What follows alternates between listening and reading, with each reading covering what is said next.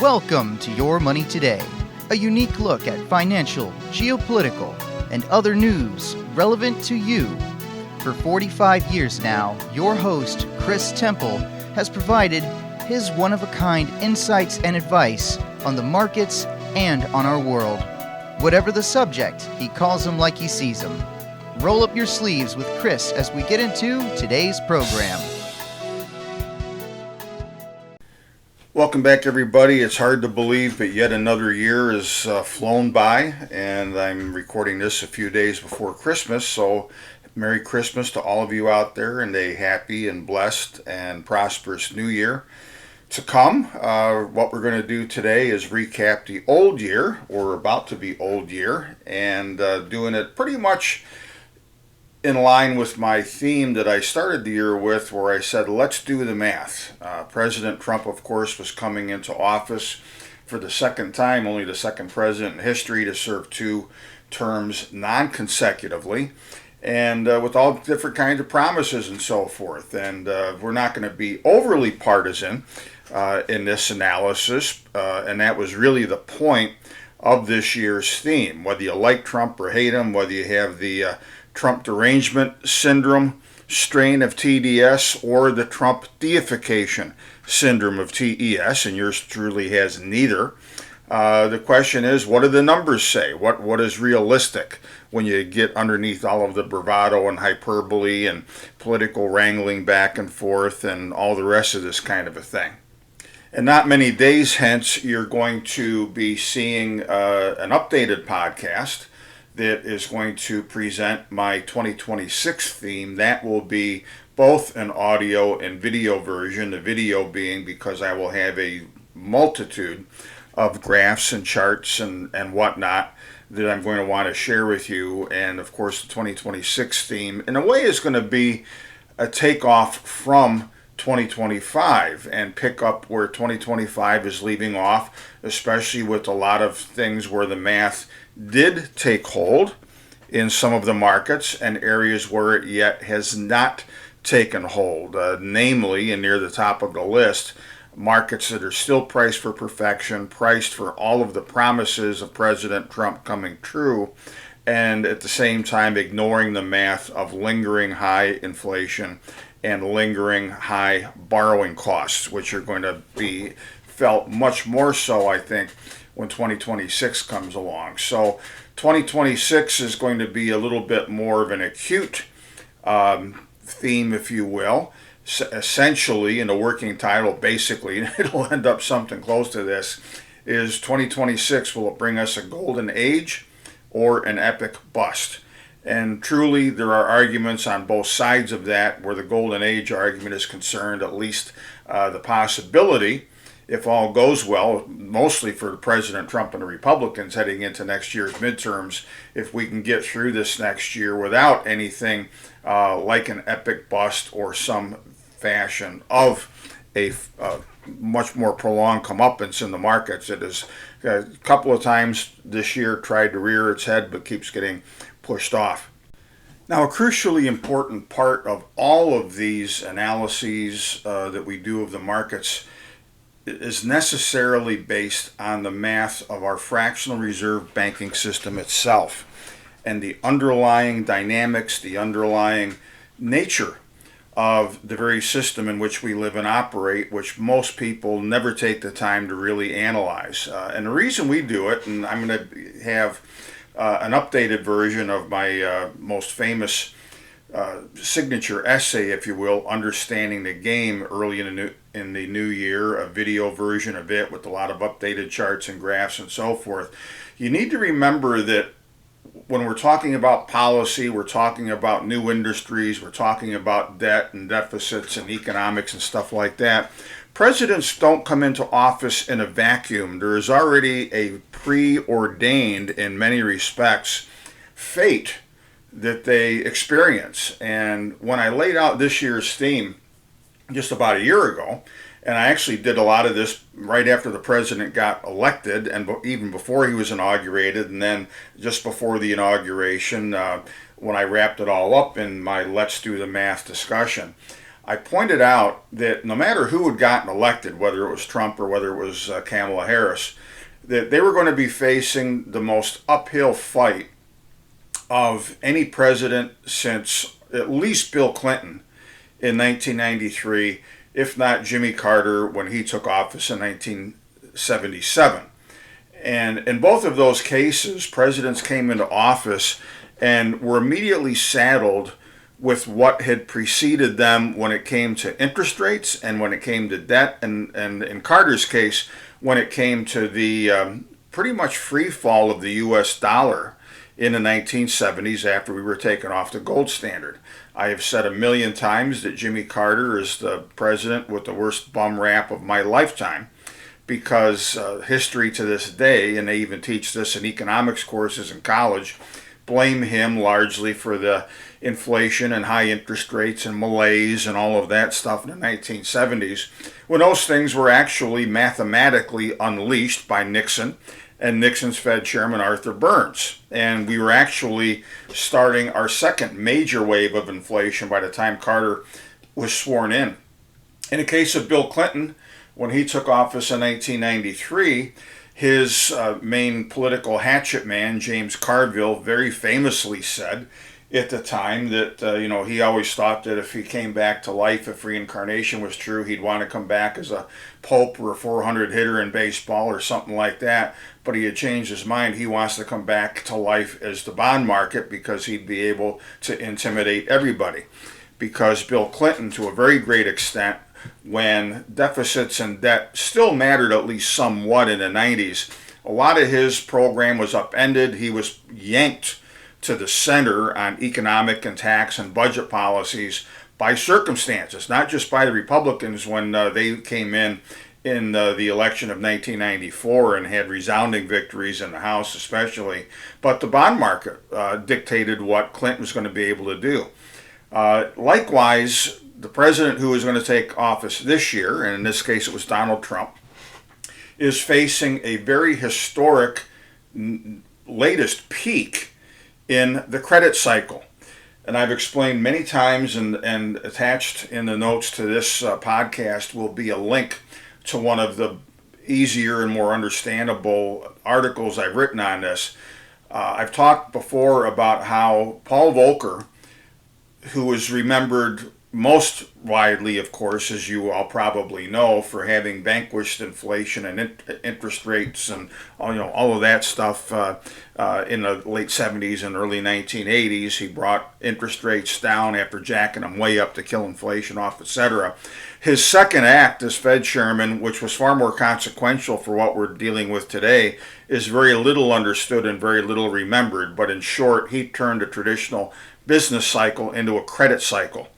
So once upon a time, what this means, folks, is that the organic economy was its own living organism. And Federal Reserve policy, loosely, would be just a mild governor on economic policy getting too weak or too strong, but otherwise leave the economy alone. And Paul Volcker turned that upside down and created the world we live in today, which is why everybody obsesses over every word and syllable that comes out of a Fed chairman's mouth in recent years. He made it so that Fed policy and credit creation is the beginning of economic activity by and large. And so we have a credit cycle that affects business rather than the opposite, which we had for pretty much all of the years prior to that. What that means is, and what that has led to, are times when credit creation gets too silly and is too unsustainable and does not have sufficient backing in the Main Street economy, and something happens to where things unravel for a while. You had a big market event in 1987 when the dynamics that Paul Volcker had unleashed and had just recently handed off to Alan Greenspan got out of hand, and you had about a 40% drop or so in the stock market, which took about a year to right itself. That didn't have as much of an impact on a broad economy. You had a couple of examples of that in the latter 1990s, more centered outside the U.S. in Asia and Russia and so forth, with currency crises and debt defaults, and that had ripple effects here, but it wasn't centered in the U.S. The first biggie, of course, was the dot-com bust in 2000. Later on, we had the bigger bust that had a much more dire impact on the broad economy, and that was the 2008 global financial crisis. And since that time, there have been a few minor busts where the credit cycle blows off some of its steam. But what happened, as we all know now, back when the COVID pandemic started, is that really gave the Fed at the time, under the most recent and still current Fed Chairman Jerome Powell, the ability to go apeshit more than ever before in history in printing money to keep all of the areas of the credit markets from busting that were ready to. Because don't forget, in late 2019, and I've referred to this recently, with the Fed surprisingly having to trot out QE again at its most recent meeting, removing the limits with which it has previously been constrained as far as its repo market activities. Folks, there was already back in 2019, as there is right now, cracks emerging in global markets, and that was causing the Fed to have to shovel money into repo markets and things like that to maintain the appearance that everything was still okay, the central banks are in charge and so forth. Back in 2019, Powell called this a plumbing problem that the Fed had discovered and had to start shoring up. And of course, they were able to shore it up big time when COVID came about and was in the news, and then that gave them the excuse to print 30% or so of all of the dollars ever created in the history of this republic, or once republic, now I don't know what it is, inside of about 2.5 years. Now, recently the Fed has had to do the same thing because we're in the same, if not a worse mess, when you look at a lot of the cracks underneath the surface of Wall Street and the really, I think, false sense of security that Wall Street has given all of us. You look at all the cracks underneath that, and that's where we're at. So anyway, this is the landscape that Donald Trump started his second term in, with a credit cycle that was ridiculously overextended. And then to make matters worse, in the more recent past, and as I've remarked recently in some of my other interviews and podcasts I've done with others, this has somewhat astonished me. In Japan, you already have a much more dramatic unwinding of all of this kind of thing, and a rebellion on the part of the so-called bond market vigilantes in Japan, where long-term interest rates have gone from nearly nothing to now over 2% as of this last week in a 10-year JGB, the equivalent, of course, of our 10-year Treasury note. And in comparison to our rates and others, that doesn't sound like a lot, but you're coming from a place where even the 10-year debt in Japan not that long ago was negative yield. And what happens when now you've got this big spike in yields in relative terms, you've caused hundreds of billions of dollars of mark-to-market losses on paper for everybody that has borrowed JGBs. Now if they want to replace JGBs, they're going to lose. Meanwhile, all of this money that was created in the last few decades, that this game, this carry trade game, was being played, that was, borrowed yen, hypothecated Japanese bonds, whatever. You multiply that money and you invest it in U.S. stuff, European stuff, South, whatever. You invest in damn near anything other than Japanese yen and Japanese debt. And now that is unwinding. It's what a few commentators recently have called a global margin call that has begun, and it's only going to start picking up steam even more. Japan, and this is what the Fed and the U.S. and President Trump potentially have to look forward to in 2026, that would tilt us in the direction of that epic bust and away from a golden age, or at the least maybe maintaining the status quo. And that is something that nobody has on their bingo card right now going into 2026. Not only will the Fed have to pause, but it may also have to do what Japan just did and raise short-term rates again to keep this global margin call from getting totally out of hand, and to keep the dollar's decline from getting totally out of hand and so forth. So here again, this is the mess that President Trump came into, And it's not just in the markets where a lot of things are overextended. I mean, you've got record delinquency rates in commercial mortgage real estate again, now above the peak delinquency rate of the financial crisis. You've got the Fed, as I said, having to trot out a new round of quantitative easing. And where consumers are concerned, and of course, this is going to cause a lot of economic and political angst, I think even more so in 2026. I'm going to get to this toward the end when we talk about how the midterms may be shaping up and how a lot of the reality setting in is going to give us a different market environment, very much a two-way market environment, I think, in 2026. But you've got roughly, and people quibble over these numbers, a 60-40, 65-35, whatever split in the U.S. with a 60 or 65% of consumers living paycheck to paycheck.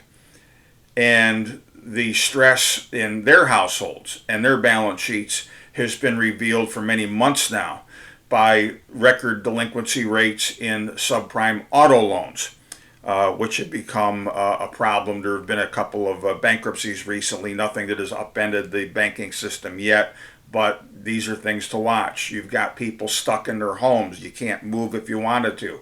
You've got an interest rate now. And now, finally, there's been a little bit of a beginning of a rollover of the big boom we had in real estate valuations nationally. Of course, some areas are different than others. We all know that. But consumers now are having a hard time using their home as an ATM machine because they're already tapped out and the valuations aren't going up anymore. You've got credit card delinquencies and things like that. So all across the board, you've got consumers who are stressed. So this is the math that greeted President Trump here in his first year of his second term. Markets that are choking on debt, consumers that are choking on debt, the whole planet choking on debt, not doing a whole heck of a lot to grow its way out of it. And that, of course, is why the president has pursued, along with some of his key economic team members, the game plan that he has. And in one sense, I get it, because the only way, I mean, look, we have gone, and you've heard me say this more than once, folks, we've gone as a world, and millions of American consumers are in this boat as well, from having debts that are unpayable. And as a matter of math, you know, who rightly believes that now, just looking at the U.S., for example, and this just happened, the total debt in the U.S. just hit $100 trillion. Over 38 trillion federal debt. You add in some state and local debts, public debt, private, you know, corporate debt, and so forth. You add it all up, $100 trillion. We just hit that ignominious mark. On percentage terms, we are now approaching China, which is something like 350 or 60% these days, total debt to GDP. That 300, and I think it's 20% now for us when you add it all up. Now we've exceeded Japan when it comes to our debt compared to everything else. But to hear President Trump tell it, he has given us the greatest economy in the history of the solar system. His math is a little bit shady when it comes to investments. He claims $21 trillion of investments in the U.S., in part thanks to tariffs and using the leverage of tariffs and threats of tariffs to get more companies to invest into the U.S. or do whatever. That $21 trillion is not a realistic number, but some of it is, no question about it. And look, in a number of ways, the president has done a lot to encourage business in the U.S., to revive investment and so forth. And this is simply for the reason, and he has said this in so many words, Treasury Secretary Bessent has said it, most notably besides the president, and that is they all know that there's no way, no matter what, you know, political hyperbole you hear from time to time, we're not going to get rid of the deficit. We're not going to get rid of the existing national debt. It's going to continue to grow. Bessent, if you remember, had his 333 program when he first came into office as Treasury Secretary early in the year. One of those threes being the goal to so run the economy hot and expand the tax base, that we'd get the deficit down to 3% of GDP instead of where it's been recently at much more than double 3% of GDP. But here the president, in a couple respects, has been his own worst enemy, as you all know, if you paid any attention to what's gone on all year. We had a fiscal year deficit for the year that ended on September 30th of just under $1.8 trillion. Fiscal year 2024, the last full one under President Biden, it was slightly over $1.8 trillion. So you had essentially a rounding error of about $40 billion that the deficit was reduced by in fiscal year 2025. Now, that was with some tariff revenue coming in, not everything. If the numbers are to be believed and the president were to be able to keep his existing tariff policies, which is pretty much doomed, and we'll find that out for sure when the Supreme Court issues its verdict on the big case in front of it imminently, you'd be talking about $300 billion a year in tariff revenue is what the legitimate projections are. So not these trillions of dollars of tariffs that the president occasionally says have come into the U.S., maybe $300 billion a year. Certainly helpful, but when you've got the better part of $2 trillion besides that, which, in case you've forgotten, earlier in the year when the president got enough people to pass his one big, beautiful baseball, hot dogs, MAGA, apple pie, and motherhood and the flag bill, that bill itself is a base case, folks, adds $20 trillion to the overall debt over the next decade. And this is going to go down, honestly, as one of President Trump's most colossal failures and missed opportunities. Because he, just like Ronald Reagan, who ran on a lot of the same rhetoric, Reagan brought in the Grace Commission early in his presidency. President Trump brought in Elon Musk and Doge early on in his presidency. And in both cases, both presidents threw those efforts under the bus, never followed through on anything of substance that came out of them. And therefore, maybe you remember we were going to all get Doge rebate checks. Remember, they were going to cut so much waste, fraud, and abuse and so many agencies and this and that we'd all get a check for that, just like we're all going to get a check for tariffs. Don't hold your breath on either one of them. But this is going to be one of the biggest things where the math defeated, and frankly the swamp, or Tim Burchett, the representative from Tennessee, is more aptly put it recently, the sewer of Washington. The math in the sewer won, and the president laid down without much of a fight. This is what he gets for having two big government Republicans like Johnson as the House Speaker and Thune as the Senate leader, who have zero interest, really, when you get right down to it, in Trump's agenda. They claim to, but at least when it comes to spending and the size of government, forget it. And the biggest monstrosity that they passed recently of the defense budget, almost $1 billion more for Ukraine, which I thought the president was going to get us out of. $750 million or more for the government of Israel. All of this other money, over $900 billion total, more than the next, 18 or 19, whatever it is, countries on a planet these days. So there has been a complete lack of seriousness. And it's going to come back and bite the president, because the biggest math problem that we're exiting 2025 with, and it's been a bane of Trump's existence, again, largely self-inflicted, is the bond market and the level of interest rates. He's been carping, as we've all heard endlessly, that the Fed's not bringing down short-term interest rates enough. And if they bring down short-term interest rates, that'll make cheaper mortgages. That's completely ass backwards. If the Fed were to be too aggressive in lowering interest rates and revive inflation fears beyond what they already are and cheapen the dollar, which has been rallying until recently, mortgage rates will go up, not down. And this is one of the things that people don't understand is facing us in 2026. We may well, before we even get to the halfway mark of the year, see the 30-year and the 10-year treasuries exceed the highs that they've already put in. over the last few years. And if you remember, of course, a 10-year Treasury was just about 5% on the button before it fluttered down. It's about 420 or thereabouts I'm recording this, from this last week, 415 to 420 in that area. But the president completely absconding on his promise to rein in the size of government, the cost of government, at least to this point, is not helping him when it comes to his promise to bring all levels of interest rates down. And that's going to be one of the problems that the Fed and the new Fed chairman are going to have ultimately. And again, as I said a few minutes ago, nobody has on their bingo card the distinct possibility that it's going to take an interest rate hike at some point perhaps to keep the bond market vigilantes at bay.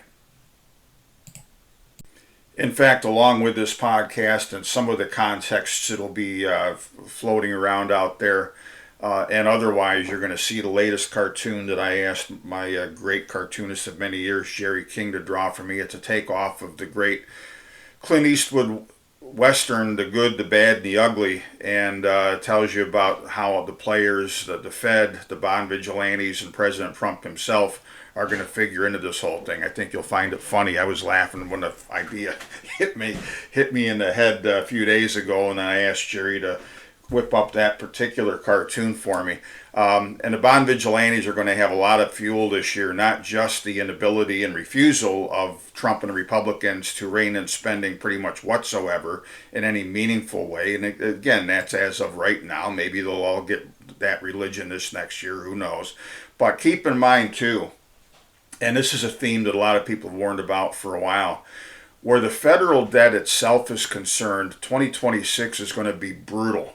You've got the biggest whack of Treasury debt coming due in a single year ever. Over $8 trillion is coming due in 2026. Most of it at interest rates lower than even the short end of the Treasury market right now. Now, this is why, of course, the government has the game plan right now, based on what Secretary Besson has been saying, that it's going to be like Uncle Sam is going to be the biggest payday loan vendor, customer ever, because they're going to do all this as short as they can get away with, and as short as the market will let them get away with. And again, what's going to be sacrificed is the long end. And one of the things that's going to hurt, and I'll get to this in a minute when I talk about, the elections coming up next fall, this is going to hurt Trump and the Republicans a lot. When we get to election day, and if anything, mortgage rates are higher, car loan rates are higher, etc., than they are even now, no matter what the Fed does. And that's not going to sit well with a lot of people. So pretty much the only thing that the president has as far as an answer to this, and I'm not saying that this is irrelevant, because it is going to help somewhat to the extent it's legit, and that is all of the ways in which he is trying to run the economy hot and use policy and tariffs and everything else to increase investment, building. There's been a lot of announcements, God bless him for this, of a variety of different kinds of companies that are going to have new or renewed plants in the U.S., that will lead to more jobs, that will lead to a broader tax base and better wages in some cases. That's all great.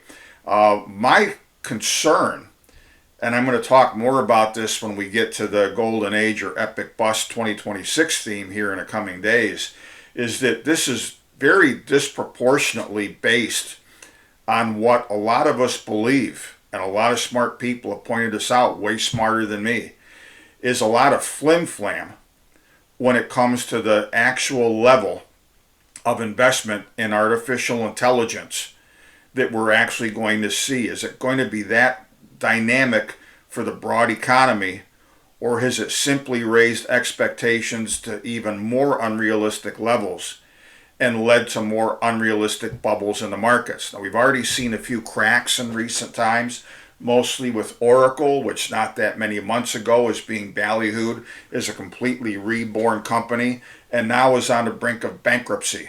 Its credit default swap premiums have completely blown out, and everybody is calling the bluff on Oracle. And how that has allowed the broad markets to stay elevated, I don't know. I'll talk about the stock market briefly when we get to where we're going to close this discussion. But anyway, IBM CEO very infamously said recently that when you look at today's cost, I'm reading from an actual article on this, it costs $80 billion to build and fill 1 gigawatt AI data center. So when there's been promises between OpenAI and everybody else of 100 gigawatts of generation and capacity that's going to be added in X number of years to come, he said that that implies roughly $8 trillion of capex that's going to be needed. And there's no way, he said, that the economic return is going to begin to justify that amount of capex going in. But the announcements of that amount of capex going in, and as I and others have characterized it recently, you've got this kind of a daisy chain of announcements. AI company A is going to invest X in AI company B. AI company B is going to invest X in AI related company C. AI related company C is going to invest in equipment company D that provides stuff for AI. Company D, therefore, is going to invest back in company A, etc. There's a lot of flim-flam going on here, and I think that this whole thing economically has been vastly overstated, as IBM CEO puts it, and it has more contributed to this crazy bubble. Keep in the back of your mind that however many letters they all have after their name, and I was in that world once upon a time. I was an NASD registered principal by the time I was 20 years old. And you can take all of the required exams and continuing education and all the rest of this kind of stuff, but bottom line is almost everyone who is a broker or financial advisor or whatever, they're all keeping up with the Joneses. They're all following the crowd. And so I think one of the reasons we've seen limited blowback on all of this as we're winding down 2025 is nobody wants to show on their statement of assets or whatever when we get out of 2025 that they were defensive. January is going to be a different story. It's going to be interesting to watch as we get there. But anyway, the president wants all of these announcements to keep rolling out, and we're going to soon, it won't be trillions of dollars of investments, it'll be gazillions of dollars and so forth. He loves to, he's always the showman. He loves to exaggerate and get everybody excited and so forth. Eventually, there's got to be some reality to move in with it. Until we get to reality, another one of his game plans he has worn on his sleeve, so I give him credit for honesty, that he wants a weak dollar. He's defended the idea of a weak dollar, which he says will let us all get even more rich and help to pay down the debt by cheapening the value of the debt. So here again, at least the president's being honest. To help him with this, they'll find ways to explain away inflation. The better than expected inflation numbers that came out recently. Even New York Fed President John Williams says don't believe that because of the government shutdown. A lot of statistics weren't added, and it really didn't go from 3.1 down to 2.7%. So we're going to find that out soon. So, even he admitted that the latest inflation numbers leave a lot to be desired. But the president, he's been toying with a few different names for a replacement as chairman for Jerome Powell when Jerome Powell's stint as chairman of the Fed ends in mid-spring, coming up in 2026. If he leaves as scheduled, the Senate is presumably, and this is going to be a fun fight to watch no matter who it is that's picked, if the Senate confirms the new Fed chair nominee, Powell will probably just leave. I mean, that's customary on the part of Fed chairs, even if they have a remaining amount of time, as Powell does through early 2028, being on the Board of Governors. Once he's down as chairman, he'll just resign and give up the rest of his term and let the president appoint somebody else. That's what the betting is right now. Who knows if it'll be that way. But the president, again, as I alluded to a minute ago, is taking an enormous risk, even if he's able to get somebody who is, pliable, as Arthur Burns was for Richard Nixon on and off in the 1970s. It's going to come back and bite him because inflation will become resurgent again. The bond market vigilantes will rebel. Long-term interest rates are going to rise.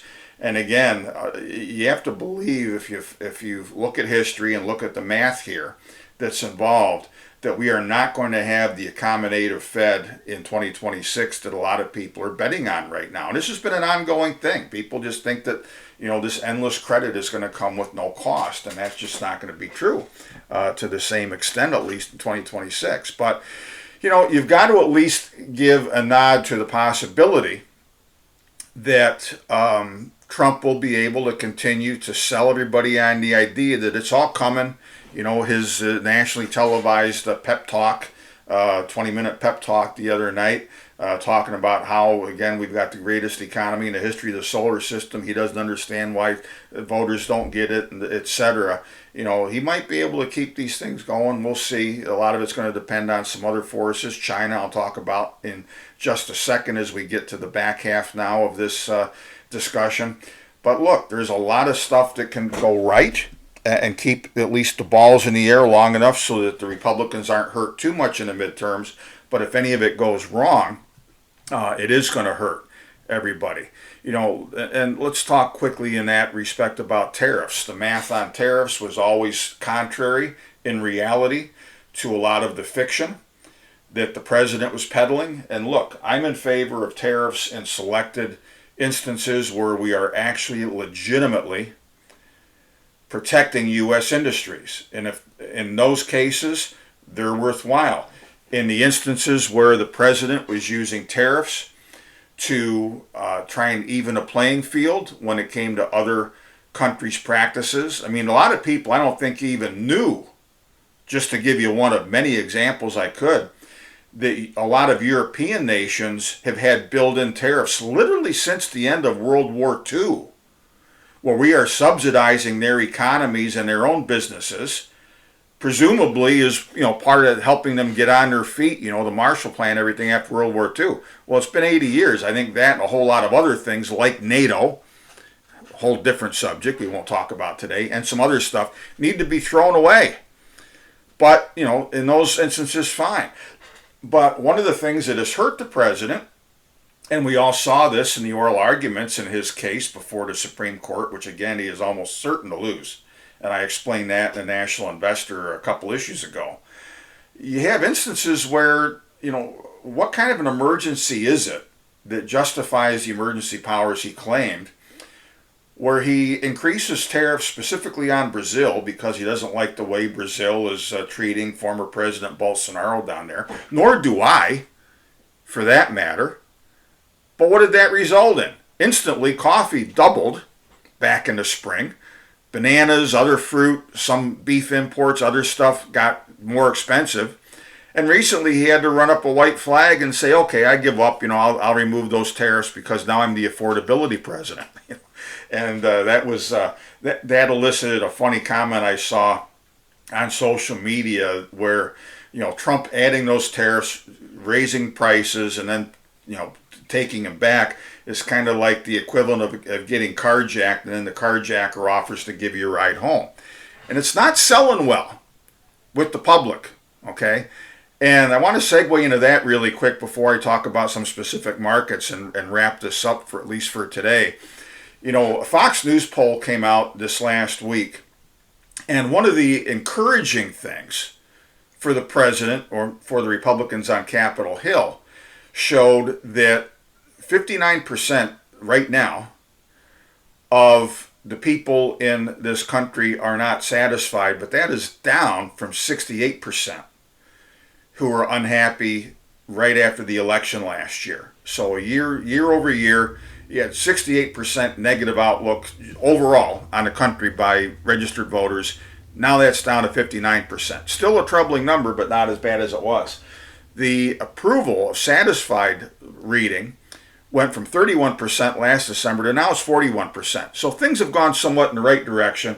And thankfully for President Trump and the Republicans, if you're on that team in the House and Senate this year, the Democrats, I mentioned earlier on the budget and a lot of things, President Trump being his own worst enemy, he hasn't done as much damage to himself, I think, in many respects, as the Democrats have to themselves. I mean, their brand is so out of favor that they're probably, look, in a midterm election, it's usually customary that the party that has the White House loses seats. That's just the way it is. Doesn't matter, and there's only been a couple exceptions to that in the last century or so, really, when you go back and look.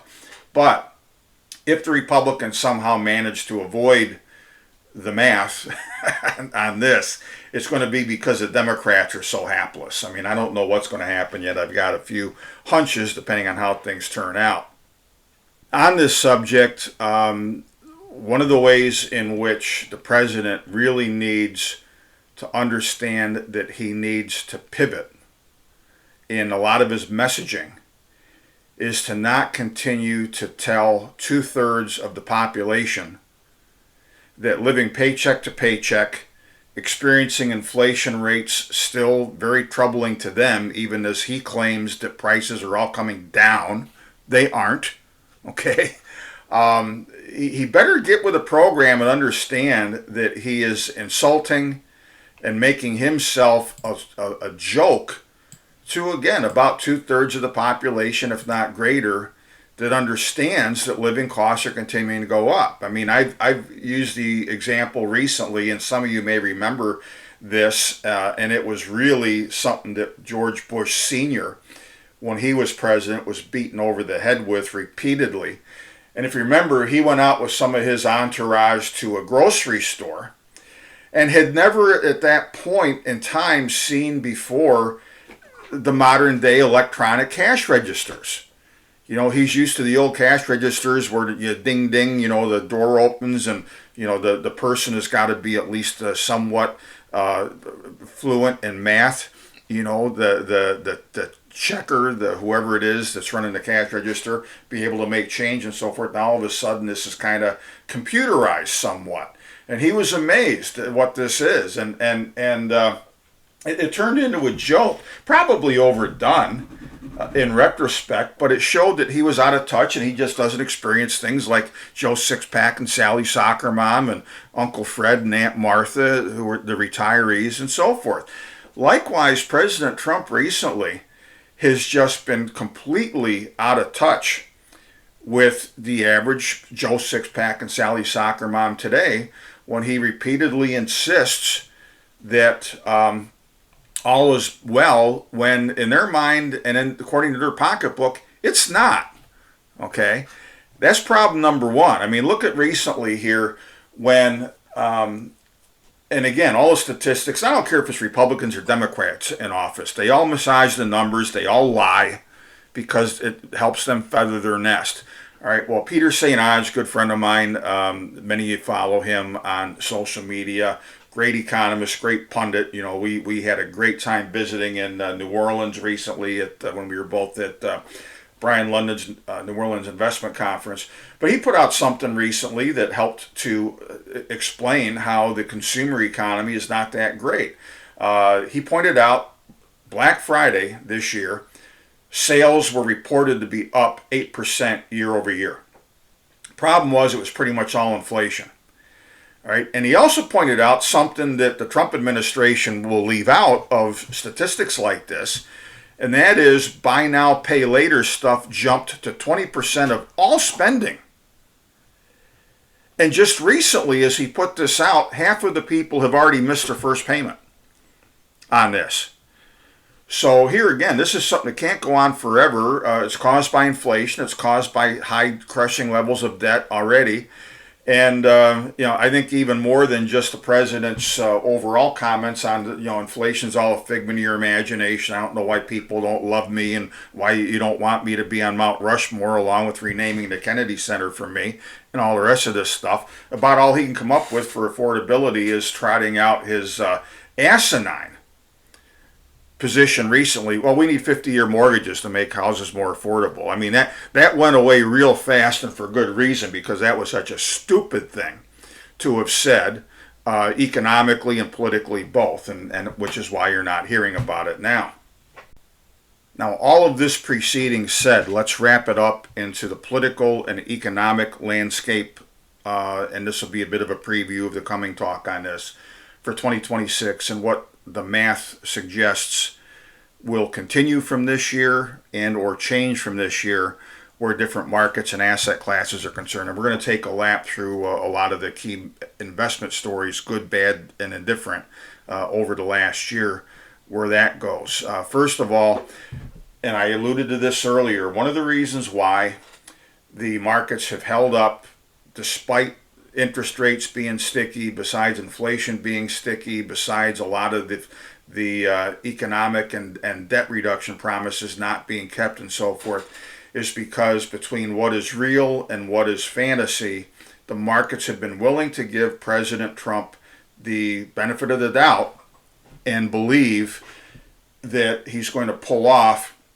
this massive increase in investment, this massive increase in the tax base and in wages and all the rest of this kind of thing, even though the evidence to date as we finish 2025 on all of that is mixed at best.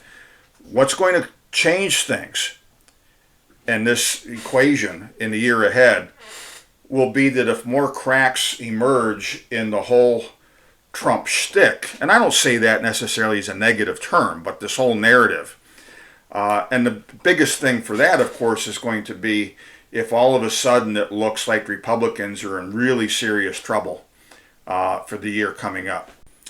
And repeating something I said earlier in a certain extent, I think that if Republicans do lose, it's not only due to the fact that this is kind of customary, it's just the way things work in our political system where voters are flighty, they go back and forth and don't give anybody a chance, sometimes even people who deserve it. And I believe that the Trump agenda, more ways than not, deserves some greater support on the part of the population. I don't want to seem overly negative here. I think that the president has done a great many things where crime, our national security, our borders, and so forth are concerned. The Democrats weren't going to fix any of these things. President Trump has fixed a lot of these things spectacularly well.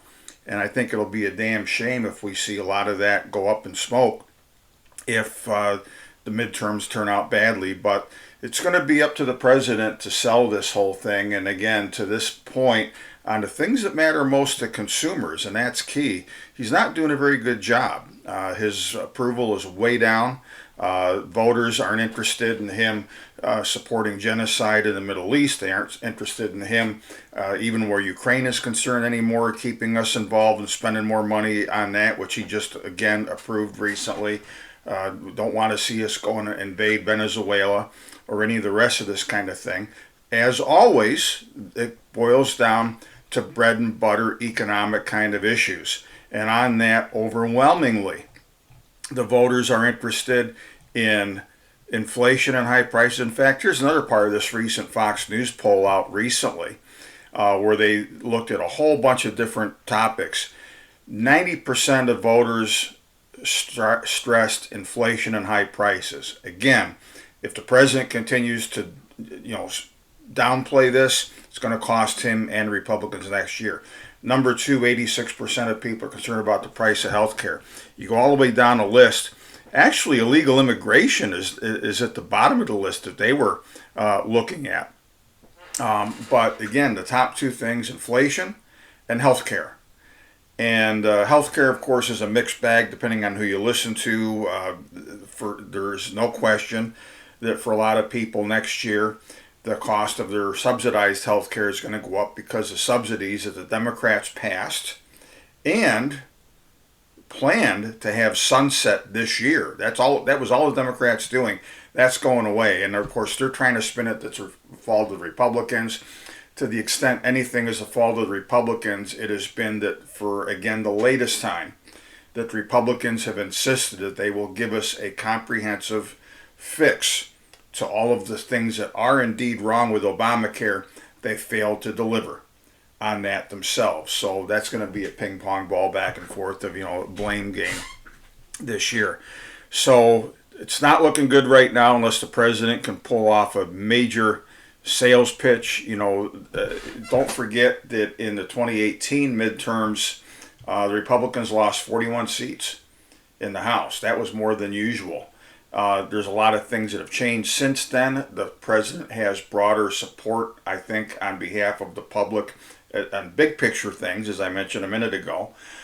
And within the Republican Party itself, although he's not helped himself there either, because some of the truest believers of the MAGA cause are on the outs with President Trump, from Marjorie Taylor Greene, who decided that she's done, she's going to resign, effective in a few weeks. Thomas Massey, another House Republican who, as much as anybody, actually believes in the MAGA agenda. Trump has encouraged a few billionaires to oppose him and to primary him in the state of Tennessee. And look, he can't afford to drive away people who disagree with him, who prior were his most ardent supporters. God forbid, when it comes to the president and his political chances, if we see over some of these continuing foreign policy forays from a president who promised he wasn't going to do any of this, what if the Tulsi Gabbard, who came on board, or Bobby Kennedy, who came on board, at least in part, where both are concerned, maybe more so with Gabbard, over their vision, sharing Trump's stated vision on foreign policy? What if they leave and say, look, we thought this guy was one of us, but he's sucked up to the neocons again, huge defense budgets, getting us involved in all these foreign countries. And I think this, and this is again a separate subject for another day, folks, like with my crack about NATO a few minutes ago, the president suffers here from being too much of a pragmatist in ways, and also someone who will listen to the last person basically who buttered him up. Okay, so I'm going to dispense with that for now, by and large, except to point out one more thing that should scare the living hell out of Republicans right now. And that was, for those of you who are political junkies, the recent interview that his chief of staff, Susie Wiles, gave to Vanity Fair magazine. This is something that has alarm bells written all over it for President Trump's really enduring with any kind of good support. I mean, when was the last time that you saw a presidential chief of staff of a president, especially in this case, who wears, you'd better be loyal to me, or I'm going to primary you, or I'm going to call you names or whatever? How in the world does his chief of staff come out and besmirch Trump, besmirch J.D. Vance, and others? Question his policy on tariffs when he's trying to tell us in his public utterances that if Supreme Court rules against us, they're going to kill the economy, and all the rest of this kind of stuff. These things don't happen by accident. And I've told her, a few of my Republican friends, in discussions that we've had recently over the coming year, that this is a shot across the bow to those who are looking to the midterms and to Trump having any meaningful amount of political capital by the time that we get there. I think that this stinks to high heaven. She should be fired instead of defended now as she's being defended by Trump. Okay, Thomas Massey's not getting away with this. Marjorie Taylor Greene's not getting away with this, but the person closest to the president is getting away with this. And in a worst case scenario, this is going to be the beginning of a trend throughout 2026 where more and more Republicans are running to try and save their reelection chances by distancing themselves from a president whose own chief of staff now just took the first shot at arguably Trump's feet of clay to topple him. Maybe I'm overstating it, but there's no way in hell that this woman should still be his chief of staff. Again, I may be overstating some of these things. I may be overly concerned. I hope in more ways than not that I am overreacting to some of this. But the political landscape, is not looking good in the times ahead. And that is going to have an impact on the markets. And among other things, it is going to cause the math, as I've been discussing it, to become far more relevant in the year ahead if all of a sudden Trump is seen to be much more damaged politically than chronically high inflation, sticky interest rates, the deficits. All of these things are going to start to matter a whole hell of a lot more. And I'm, of course, going to continue to talk about in the weeks and months ahead a lot of these same things and more. You're going to see a much more frequent presence for, thankfully, your money today in a new year. We're going to do this. My objective is at least once a week. I've commented before that I have done this podcast sporadically during 2025 since kind of resurrecting this Your Money Today brand, because I do so much on so many other people's podcasts, and which I'll continue to do. But we're going to do our own a lot more for a whole lot of reasons that will become self-evident as the new year unfolds. But that said, I'm going to go over a few things in the markets and economy I haven't already talked about fairly quickly to wrap this up. How did the math work this last year? How did it not work? What do I see for the next year ahead? And I'm keeping this short for a few reasons, number one of which I've already rambled a fair bit, but I think necessarily to set up the broad themes that we're going to be looking at anew. But also number two, because in a lot of these cases you're going to see a lot more focused work in the days ahead. During the holidays I'll be finishing up or very near finishing up a few updated special reports, one on precious metals, one on energy, one on base metals and commodities, one on story stocks, as well as what I alluded to earlier, being a more official 2026 theme that will be probably the next thing you'll see, with a lot of charts and graphs and so forth, kind of picking up and expanding on parts of this discussion, but more focused on the different markets and things like that.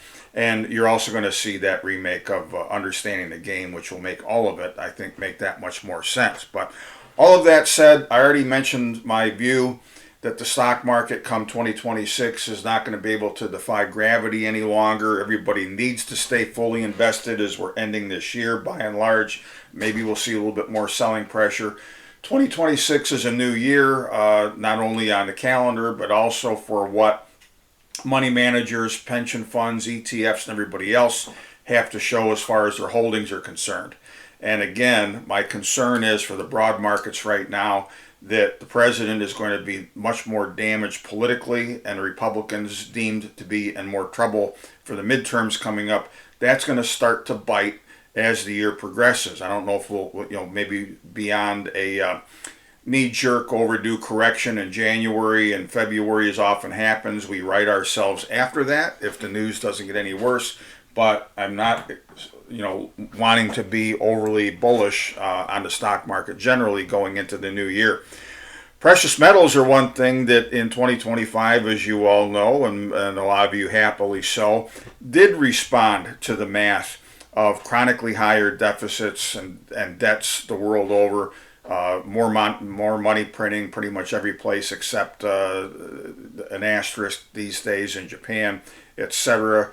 Gold hit records not only in nominal terms but in real terms, exceeding its inflation adjusted high finally from 1980.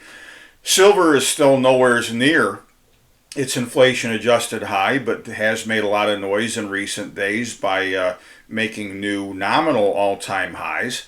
And this again is as a lot of the math, where in silver's case, of supply is concerned. This kind of takes us back to the 2024 theme, supply, supply, supply.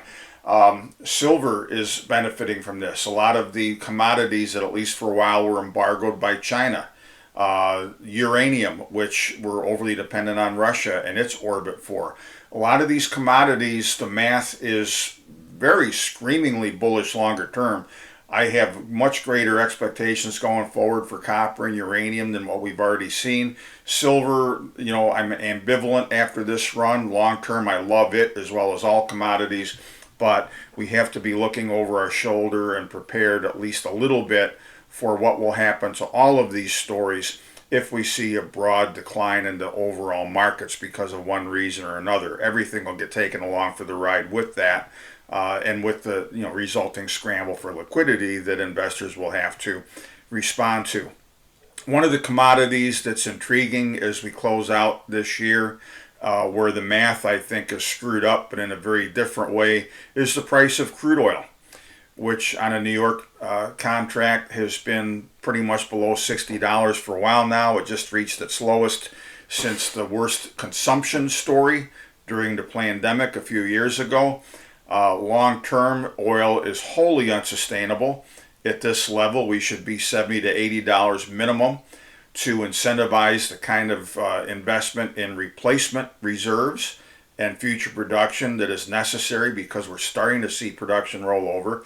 I mentioned a few minutes ago being at the New Orleans conference, and one of the interviews I gave to one of the media people that was there, I was asked the question of all of the different commodities and critical materials, what's your favorite critical material right now? And I said, well, I'll throw you a curve, because it isn't always characterized as a critical mineral in the context of those kind of discussions these days. But my favorite, frankly, is oil, because it's just too low. Positioning is way too bearish, and not for the first time in recent years, the rumors of its demise have been greatly exaggerated. I was happy that people like Rick Rule and others are chiming in basically on this very same notion. Rule announced I think it was actually at that conference and otherwise since then, that he's taken profits, as we have in our portfolios, on some of the rare earths and other commodity and even some precious metals stuff that was, went from being cheap to being at least fairly priced these days. Take some profits where you could and move it, among other places, into oil, which is just ridiculously cheap. And when you look at the valuation of the energy patch, it's just stupid. And so we're doing a little bit more. I actually added one old name back to our list of a midstream company just in the recent past. A lot of this is, I think, because of the increased demand, which is going to impact more natural gas and even nuclear power. But to the extent that there is legitimacy and reality to some of these projections on how much more data centers and then AI are going to require as far as power generation, natural gas and nuclear power are going to be the two big winners in that order, as we have to provide more and more juice for all of this kind of stuff. Moving on, other math this last year that didn't go according to plan, at least by all appearances, is where China is concerned.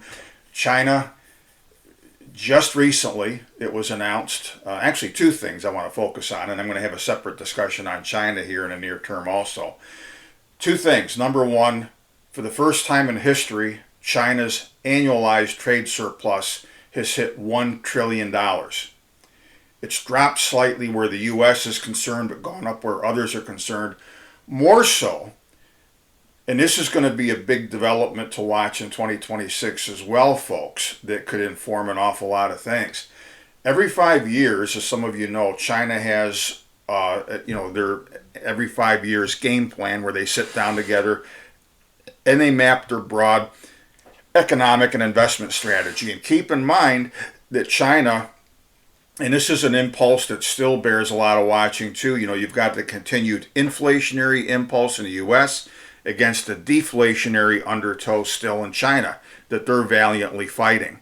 They're fighting that much more than we're fighting our inflation impulse, I'll tell you that. And because of that, at their most recent, this last fall, 5-year game plan and meeting, they actually doubled down on their export-led growth model. So while the U.S., among others, has browbeaten China, saying that you need to stoke consumption in your country to take some of your surplus production so you're not dumping it on the rest of the world, everybody seems to forget that by and large, the overwhelming impulse culturally in China is not to be a spendthrift like Western consumers, not to buy or borrow money for more than what you need. So that's just a non-starter with the overwhelming majority of the population over there, and the leadership knows this. Now surely in recent years you had a modest bump up in the percentage of the population whose business and incomes have been westernized, and they are more consumptive, no question about it. A lot of the U.S. brands have wanted to set up shop over there to take advantage of that. But the big underlying story still is of a country that is much more frugal and responsible than Western countries and their consumers are. So what that means is that going forward, it's going to continue to exert stress on economies and trade relations and pricing, when China, with pretty much everything it does going forward, is going to continue to try and sell stuff at the cheapest price it can. that harkens us back to the meeting a while back where President Trump and President Xi supposedly declared a truce, and each side stepped back from some of their worst things. But I got news for you. And Professor Steve Hanke is one of the smartest people out there. I follow him on Twitter/X, and he has put out a lot of stuff on this, among many other people. That one of the ways in which Trump's bombast has been most misleading has been over his assessment of this great deal with China. He had his ass handed to him, folks, among other things, to get a 1-year reprieve on China's exports embargoes that they had on some rare earth magnets. All right, there are still embargoes on certain things from China. He's having to give better and better chips to them and so forth. But what he also did, which was very little covered, is that he basically pulled the plug on what was called an affiliates rule that U.S., and actually Biden enforced this somewhat, that the U.S. has had with China, okay, where it says basically the result of this is that there are some 20,000, according to Professor Hanke, previously banned Chinese firms that because of this truce are now allowed to re-enter the Western financial system. Okay, that means that they have more influence, not less, over U.S. financial structure, over corporations that they own a part of in the U.S., etc. And look, this is reality. And I don't necessarily blame Trump for this mess because he didn't create it. It was over a few decades, as we've discussed many times in the past, that the U.S. sold itself out to China and others, more so to the corporations who were greedy and wanted cheaper labor and cheaper production in places like China. That's where it all started, of course. So now we're at a place where China is going to continue to double down on their export model. It's going to continue to keep stress on trade relations and so forth. And how their president responds to this remains to be seen. Treasury Secretary Besson a while ago was threatening and saying, well, if China continues with its embargoes, the whole rest of the world is going to join forces and rebel against them and build their own replacements for stuff. That's not going to happen right away. It's not going to happen during Trump's presidency. Besson, among other things, claimed that we can replace all the rare earth magnets and whatnot that we get from China inside of 2 years. He said living in a fantasy world. That's just not going to happen. If we're lucky, maybe it'll take 10 or 12 years to do that kind of a thing. So, this is still going to be a big thing going forward. Look, the president on a variety of fronts with permitting reform, some selective, and I'll have a whole separate issue, actually a couple of issues probably on some of these subjects, with his selective investments in different projects, whether it's in Alaska, whether it's MP Materials, whether it's Lithium Americas, all these different things. Better than nothing. It's better than where we're coming from. But the math equation here has been grossly neglected still by President Trump because we need way beyond everything that's been done and discussed to truly be able to get off of dependence on China for a lot of these things. I would love to see, and I had this conversation with a few people recently at the annual meeting of the American Exploration and Mining Association down in Reno. If we spent or legitimately promised 10% of these phantom billions and trillions and gazillions toward AI, which is more a function of goosing markets and asset prices than anything real. If we legitimately had a way to commit 10% or maybe 20% of that to truly undergirding our own mining industries, all of the processing, all the downstream stuff, we could be on a more sure path to get ourselves off of dependence on China, but that's not happening, and unfortunately, it's not going to, by all appearances, in the year ahead. So we're going to be in a lot of trouble where that goes.